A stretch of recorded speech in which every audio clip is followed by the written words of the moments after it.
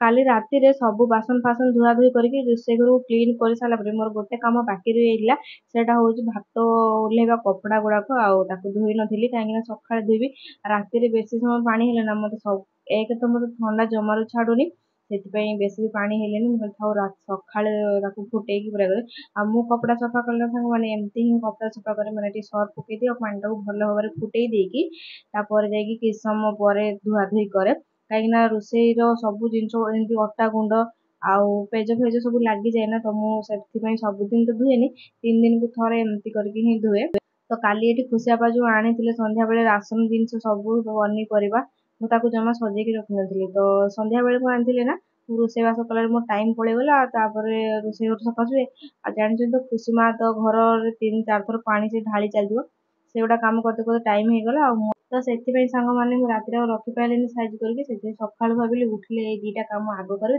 जाकि जो कथबार्ता तो से कम गुड़ाक आग सरईदेली तो सांग मैंने सब कम सरीगला थाकटा भी मत सजेबार था कहीं थाक को खुशी माँ को धरिक रोषेई कला मो जिन एपट सेपट कर रखी सांग मैंने नमस्कार मुझे लवली मुझे वेलकम कर यूट्यूब चैनल सांग मैंने सका जो आप देखिले पूरा उठी सारिकी आग घर अधा कम करदेली जाकि गाधे पाधे आसिकी ये अंडा भुजिया करी जेहेतु आज शुक्रवार अच्छी ना तो टे पखाड़ खाइबा बहुत दिन होगलानी मैंने अंडा भाजी पखाड़ खाइनी मैंने 20 दिन पाखापाखि होगलानी आइंष पूरा टोटाल बंद थी आपण तो जानते मो ब्लॉग जो मैंने देखती तो बाहर भी बहुत जोर खरा हो डेली रुटी चाह खाइला बेलू पेट भी पूरा गरम हो जाए सांग मैंने से काल रात भात बड़े पखाड़ करदेली आगे अंडा भाजी कड़ी बसई सारी और सब जिन काटाकटी भी रखी सारी चलतु अंडा टी भाजी फास्ट पखाड़ खाई खुशी पर ड्यूटी जी खुशी माँ को भी खुआबार अच्छी तो चलतु आज ब्लॉगटा को कंटिन्यू करंतु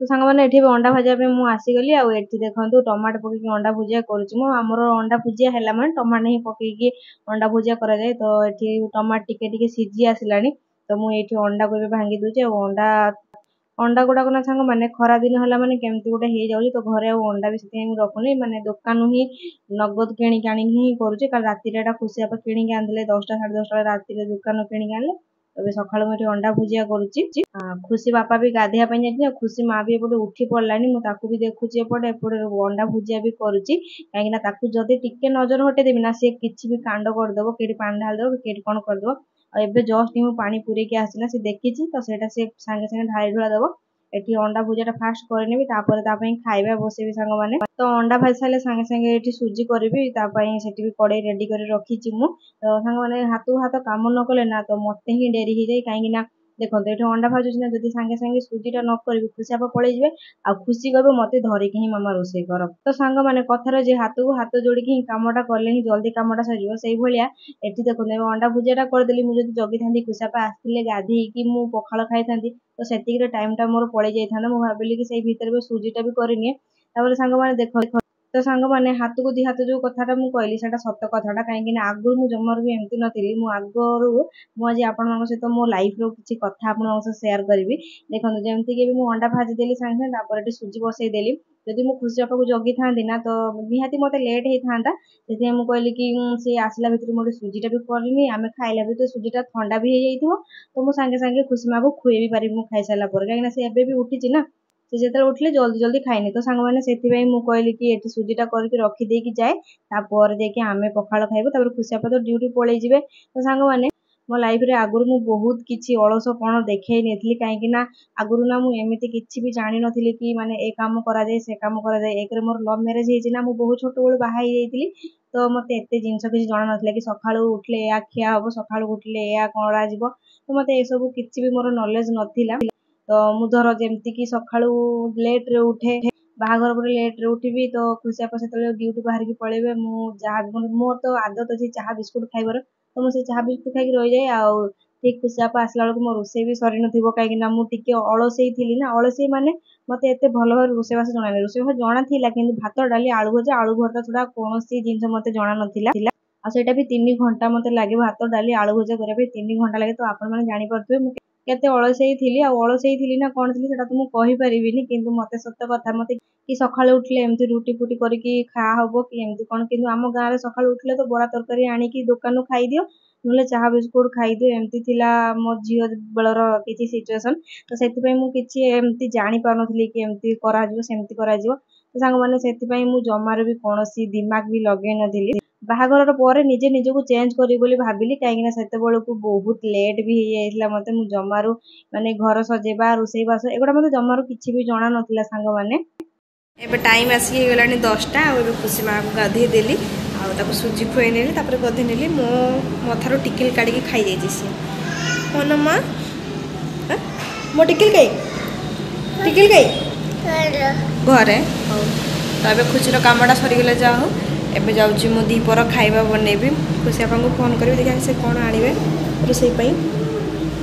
ଗାଧେଇକି ପୁରା ଫ୍ରେଶ୍ କି କାନ୍ଦ ଗାଧେଇଲା ବେଳେ।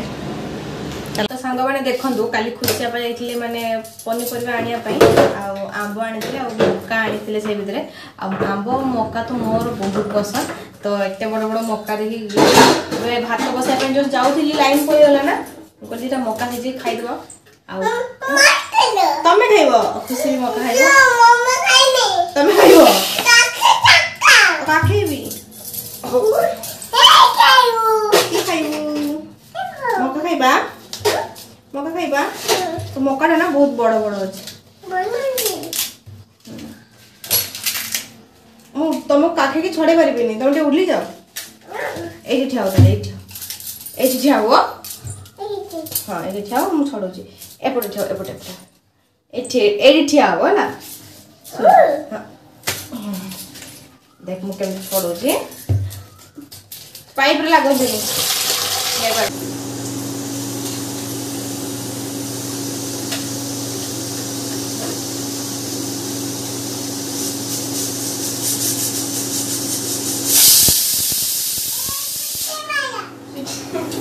ସିଟି ମାଇଲା ମାରୁ ଆଉ ଦିଟା। କ'ଣ ଖୁସି କ'ଣ ମକା ଖାଇବୁ? ସିଝିଲା ମାଇଲାଣି ତୁ ଖାଇବୁ ମକା? ମକା ଖାଇବୁ? ହଁ ଖାଇବୁ। ମକା କିଏ ଖାଇବ? ମକା ଖାଇବୁ? ଆମ୍ବ ଖାଇବୁ?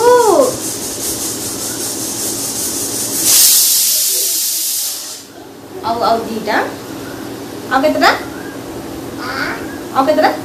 ଯେମିତିକି ଏବେ ମୁଁ ମୋ ନିଜକୁ ଚେଞ୍ଜ କରିଦେଇଛି। ଯଦି ଆଗରୁ ଟିକେ ସେମିତି ଚେଞ୍ଜ କରିଦେଇଥାନ୍ତି ତ ଭଲ ହେଇଥାନ୍ତା ଭାବୁଛି। କାହିଁକିନା ଆଗରୁ ମୁଁ ଭାତ ବସେଇ ଦେଇଥିବି, ତ ଯାଇକି ମୋବାଇଲ ଦେଖିଦେବି। ଭାତ ହେଇଯାଇଥିବ, ତାପରେ ଭାତ ଗାଳି ଦେଇକି ଯାଇକି ମୋବାଇଲ ଦେଖିଦେବି। ପୁଣି ଆଉଥରେ ଆସିକି ଡାଲି ବସେଇବି କି ଯାହା ବି ତରକାରୀ ନର୍ମାଲ ମୋତେ ଯାହା ଆସୁଥିଲା ମୁଁ ତାହା ବନେଇ ଦଉଥିଲି। କିନ୍ତୁ ସେତେବେଳେ ଜାଣିନଥିଲି ଯେ ଯଦି ଭାତ ବସେଇଲି ତାର ଆଉ ଗୋଟେ ପଟେ ଗ୍ୟାସରେ ମୋତେ ତରକାରୀ ବନେଇ ଦେଲେ କାମଟା ମୋତେ ହାଲକା ହେଇଯିବ। କିନ୍ତୁ ସେ ବୁଦ୍ଧି ମୋର ଜମାରୁ ବି ସାଙ୍ଗମାନେ ନଥିଲା। ତ ଏବେ ଖୁସି ମା ଜନ୍ମ ହେଇସାରିଲା ପରେ ମୁଁ ନିଜେ ନିଜକୁ ବହୁତ ବି ଚେଞ୍ଜ କରିଦେଲି। ବାହାଘର 2 ବର୍ଷ ପରେ ଯେତିକି ବି ଚେଞ୍ଜ କରିଥିଲି। ତାପରେ ଖୁସି ମା ଜନ୍ମ ହେଇଗଲା ପରେ ମୁଁ ଆଉ ମୋ ନିଜକୁ ବହୁତ ବଦଳେଇ ଦେଇଛି। ଯେ ଆଗରୁ ଗୋଟେ ସ୍ତ୍ରୀ ଥିଲି, ତାପରେ ଏବେ ଗୋଟେ ମା ହେଇଗଲେଣି। ଆଉ ମା ହେଲା ପରେ କେତେ ଯେ ଟେନସନ୍ ଆପଣମାନେ ତ ନିହାତି ଜାଣିଥିବେ। ତ ସେଥିପାଇଁ ସାଙ୍ଗମାନେ ନିଜେ ନିଜକୁ ବଦଳେଇବା ପାଇଁ ବହୁତ ଚେଷ୍ଟା କଲି। ତାପରେ ଏବେ ପୁରା ହସ ଖୁସିରେ ଶାନ୍ତିରେ ବି ମୁଁ ଅଛି। 2020ର ଅଳସପଣ ଛାଡ଼ିକି 2024ରେ ଆସିକି ପହଞ୍ଚିଗଲି। ଆଉ ଏବେର 2024ର ଲାଇଫଟା ମୋ ପାଇଁ ବହୁତ ବଢ଼ିଆ। ଆଉ ପୁରା ଝିଅ ବେଳୁ ଆଜି ପର୍ଯ୍ୟନ୍ତ ମୋତେ କିନ୍ତୁ ଗୋଟେ କାମ ପୁରା ପରଫେକ୍ଟ ଆସୁଥିଲା, ସେଇଟା କି ଠାକୁର ପୂଜା କାମଟା। ସେଟା ମୋର ବହୁତ ପସନ୍ଦ। ମୁଁ ଯାହା ବି ହେଇଯାଉ ନା କାହିଁକି ସାଙ୍ଗମାନେ, ଠାକୁର ପୂଜା କାମଟା ମୋର ଆଗ, ତାପରେ ଯାଇକି ଯୋଉ କଥାବାର୍ତ୍ତା। କିନ୍ତୁ ଏତେ ରୋଷେଇ ବିଷୟରେ ମୋର ଜମାରୁ ବି ନଲେଜ ନଥିଲା। କିନ୍ତୁ ଆଜିକାଲି ମୋର ସବୁ କିଛି ସମାଧାନ ହେଇଗଲାଣି। ମୋବାଇଲ ଦେଖିବା ବି ବହୁତ କମ୍ କରିଦେଲି। ଯେମିତି ଗୋଟେ ରିଲ୍ସକୁ ବାର ଦେଖୁଥିଲି, ଆଉ ସେଇଟାକୁ ହିଁ ଦେଖି ରହୁଥିଲି। ତ ସେଗୁଡ଼ାକ ଏବେ ଛାଡ଼ିକି ତାପରେ ସବୁଠୁ ବଡ଼ କଥା ହେଉଛି ସାଙ୍ଗମାନେ ୟୁଟ୍ୟୁବ। ମୁଁ ୟୁଟ୍ୟୁବରୁ କିଛି ଜିନିଷ ଏମିତି ଦେଖିକି ଶିଖିଲି, ଯାହାକି ବି ମୁଁ ମୋ ନିଜକୁ ବି ବଦଳେଇ ଦେଲି। ଆଉ ଯେମିତି ଯେଉଁମାନେ ହାଉସ୍ ୱାଇଫ୍ ଗୁଡ଼ାକୁ ଯେଉଁ ବନାନ୍ତି ଭିଡ଼ିଓ, ତ ସେମାନଙ୍କ ପାଖରୁ ବି ମୋତେ କିଛି ଶିଖିବା ପାଇଁ ମିଳିଲା। ସେମାନେ ଯେମିତି ରୋଷେଇ କରନ୍ତି, ସେମାନେ ଯେମିତି ଘରକୁ କ୍ଲିନ୍ ରଖନ୍ତି, ସେମିତି ତାଙ୍କ ପାଖରୁ ମୋତେ ଶିଖିବା ପାଇଁ ମିଳିଲା। ତ ମୁଁ ବି ଭାବିଲି କାହିଁକି ମୁଁ ବି ଏମିତି ନ ହେଇପାରିବି। ତ ଏବେ ନା ସାଙ୍ଗମାନେ ଆପଣମାନେ ବିଶ୍ୱାସ କରିବେନି, ଯେତିକି ଥର ଘର ସଫା କରୁଛି ଆଗରୁ ସେତିକି ଥର ଝାଡ଼ୁ ବି ମୁଁ ମାରୁନଥିଲି।